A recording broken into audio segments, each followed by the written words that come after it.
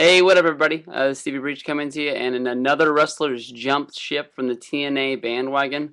Elijah Burke. Oh, I guess if you're a TNA fan, the Pope D'Angelo Dinero has said that it was his time to finally leave TNA. He says that he's leaving on good terms. He was appreciated and applauded on the way out. I think this is a guy that really got over in TNA, and then when the Hogan and Bischoff era started, just the wheels fell off. You remember he actually won the #1 contenders tournament on a pay-per-view, and I really thought that was the big push for this guy because he's a guy that I had my eye on when he was in WWE.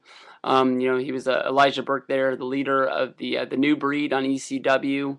Vince McMahon actually came out and called this guy the future of wrestling, the future of ECW.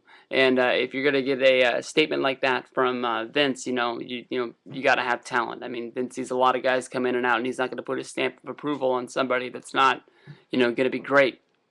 The whole reason why I think that Drew McIntyre got that stamp of approval from Vince McMahon was mainly just because he had to pick somebody off the roster because the guy that he gave the stamp of approval to was debuting on Impact that week. So I think they sort of hit the panic button.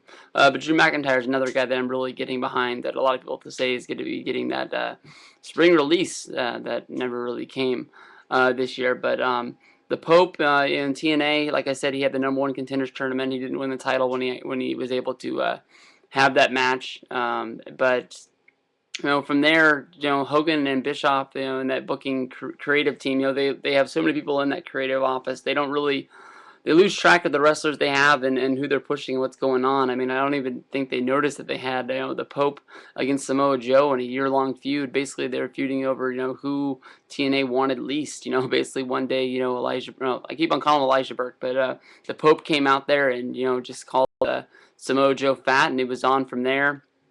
Got to the point one time when the Pope's brother even turned down the Pope for Samoa Joe's $1 million money or whatever it was. I mean, the feud goes back to when Samoa Joe made his 2-minute appearance in the main event Mafia when he was the brought-in free agent. But all in all, TNA, you lost another good star that a lot of people want to see. In order for you to bring in another has been like China that people don't want to see.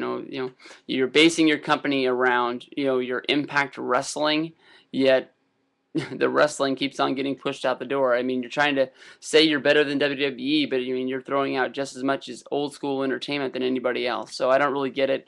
The Pope, I hope the WWE picks up the phone and calls this guy. He's already been through the developmental once, so I think that option's out the door. They're not going to be able to give him a deal like they did with Consequences Creed to come in, but we'll find out from here. But I would love to have the Pope, re-debut in WWE. I think that would be excellent. I think it would be a big push to the company as well.